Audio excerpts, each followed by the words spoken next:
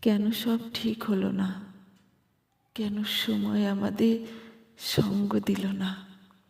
প্রতিদিন মনে হয় একটু দেরি হলে সব ঠিক হতো।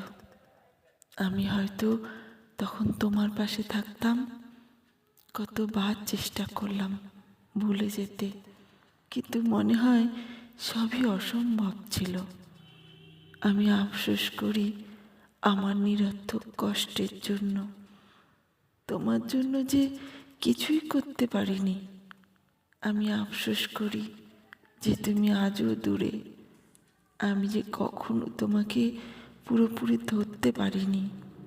কতটা চাইতাম, কতটা আশা করেছিলাম, একটা সুখের ঘর, তুমি আমি, আমাদের সংসার, সবই এখন শুধু আফসোসে ভরে গেছে।